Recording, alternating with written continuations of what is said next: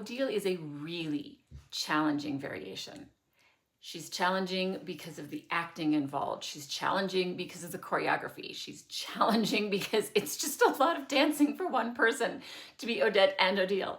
It's very, very, very challenging. So when you are coaching a student or you are performing and preparing yourself, if you can bring your focus back to some really, really basic foundational things that are already in your body, we can simplify this. We can take a few details off of your plate to keep track of. If we focus on the 3 planes of movement, it will simplify your technique to-do list and give you more mental capacity to focus on the other challenging parts of this role. Hi, I'm Chelsea. I'm the Geeky Ballerina. I do cover the 3 planes of movement in my book, which I will talk about a little bit at the end, but let's dive right in. So the first plane of movement that we're going to talk about is your sagittal plane. Sagittal comes from the Latin root for like archery.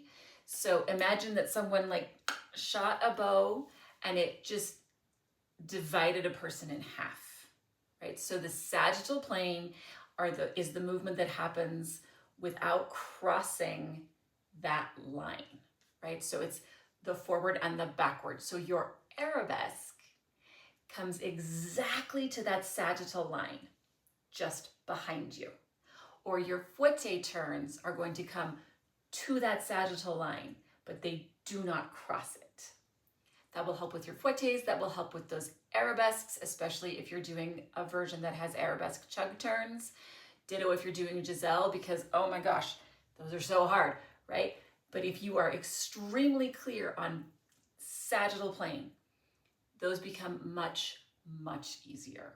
The next plane of movement that we're going to talk about is the frontal plane. This throws people off because the frontal plane is not moving forward. Forward happens along the sagittal plane. The frontal plane is if we cut your body into 2 halves this way, and the frontal plane is stuff on the front of your body. So sometimes I explain it as if we were a gingerbread cookie. Like the part of us, like any movement we could do, whoops, without leaving the table happens on the frontal plane. As soon as we come off of the table, we are no longer on our frontal plane. So obviously this comes into play with our fouettés because we go from the sagittal line to the frontal line. We got to get there. We can't like fouetté here. And we also don't want to be like swimming with our leg. That would not be good either. But it also comes into play in your port-bras. So if you think about it, a 5th high arm is not against the frontal plane. It is in front of us. But if we keep our swan arm there, it gives a hunched appearance. So to go from your 5th high to your swan requires that you move your upper arm to that frontal plane. This comes up in Odile especially because she has those swan arms, but she also does a lot of pirouettes with her arms in 5th high. So you need to be really clear in your head, where does your arm need to be? It's so much easier this way. Are we on that plane or are we intentionally in front of it? The 3rd plane of movement is the transverse plane. The transverse plane is any horizontal plane that you can rotate on. So the floor is 1. Your pirouettes are going to be rotating on the transverse plane. Your waist can be considered 1. If you had an imaginary surface going through your waist that you were going to rotate on.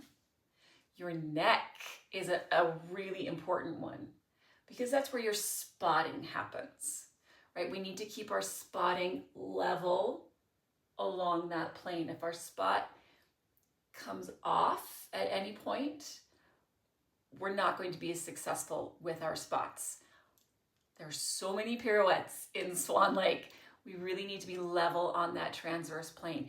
Your hips, this is part of why we need the hips to be level in a retiré. We need to be level. We don't need to be level. Turning is much easier when we are level along the transverse plane, whether we're talking about the floor, whether we're talking about our hips, whether we're talking about our neck, whether we're talking about our shoulders. We're not actually going to rotate, like the human body can't rotate like a full rotation right through there, but we can do a little bit. I'm kind of tight. The transverse plane, as it relates to your hips, comes in your fouetté as well. This is why fouetté is so hard. It uses all three planes of movement in the same step. It's a lot, but we're coming straight out from the hip and we are maintaining. We're not dipping below that plane. If you had an imaginary surface that you were trying to keep your leg on, you don't want to break the glass. Mostly because it requires a ton of energy to like realign everything. You also don't want to go above it. I have not yet seen anybody who lifts their ankle in a fouetté. If you do, feel free to send me a video. I don't think it's doing you any favors. I don't think you're conserving energy, but I would just be impressed if you do it. Don't practice wrong on purpose. That's just a small handful of ways that clarity about the three planes of movement helps you in really, really challenging choreography like Odile. As I mentioned before, I do talk about the three planes of movement pretty deeply in my book, Artistry Inside Ballet Technique, which is available on Amazon, and I will link it in the description for you. I just want to find the right chapters. So part 3 is all about line, and we talk about the three planes of movement in chapter 10, which is the straight and static lines. So if you want to learn more about the planes of movement and how they apply in ballet teaching, I have created this resource. I also have a newsletter. You can sign up for that on my website, geekyballerina.com. My newsletter comes out once a month and I talk about an element of artistry and an element of technique and how the two play together, because I think it works best when we grow both at the same time. No matter what variation you're working on, no matter what plane of movement you're focusing on today, I hope you have a really great class.